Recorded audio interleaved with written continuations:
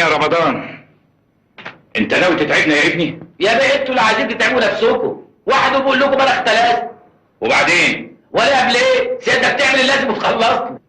وايه هو اللازم بقى يا سي رمضان؟ محضر وسيادتك تكتب فيه ان المذكور اختلس مبلغ 400,000 جنيه و94 قرش ونص، واعترف المذكور باختلاسه المبلغ، وسيادتك تحول المحضر للسيد وكيل النيابه الذي يامر بالقبض عليه وحبس حبسا مطلقا على ذمه التحقيق. بس في حاجه دي هو انا هعرف سيادتك شغلتك لا مؤاخذه ما بتعمليش حق كده ولا ايه؟ ما تقول ده اسمك ايه؟ ده الاختلاسات يعني شغاله ولعه. ده انت مصيبه. انت مين اللي قاعد علينا؟ لا هو انا عشان جيت لكم دغري ابقى بتلاقى عليكم حاجه يا اخي. انت مالك مكشر كده ليه كده؟ ادخل. سيادة وكيل وزاره؟ خليه اتفضل. اتفضل يا فندم. السلام عليكم. وعليكم السلام يا فندم.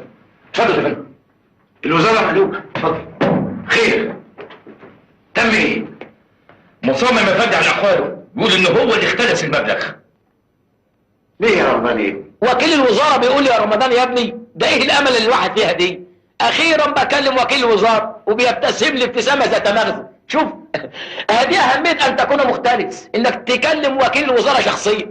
ليه يا ابني كل ده بس؟ انت زعلان مني ولا ايه؟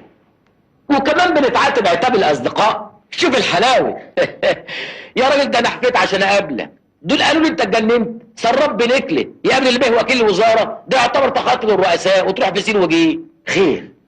كنت عاوز مني حاجه؟ كنت عايز اشكلك وجهتي، كنت عايز اقول لك تقول الكمبيوتر بتاعكم ده يختش على دمه ويديني شقه ولو اوضه وصاله تنيل اتجوز فيه. يا ابني ما انت عارف الكمبيوتر ما الناس سيطروا عليه. ما هو يا ابني الكمبيوتر ده بيشتغل عندكم، ويا ابني انتوا اللي بتدوا له المعلومات، ويا ابني انتوا اللي بتاكلوه الكوس، بدليل انه عمره ما ادى الا للمدير العام والمراقب العام والمشرف العام والمتنايل العام. على كل حال يا ابني اذا كانت ضاعت منك الشقه هنعوضها لك بحاجه تانية احسن منها 100 مره.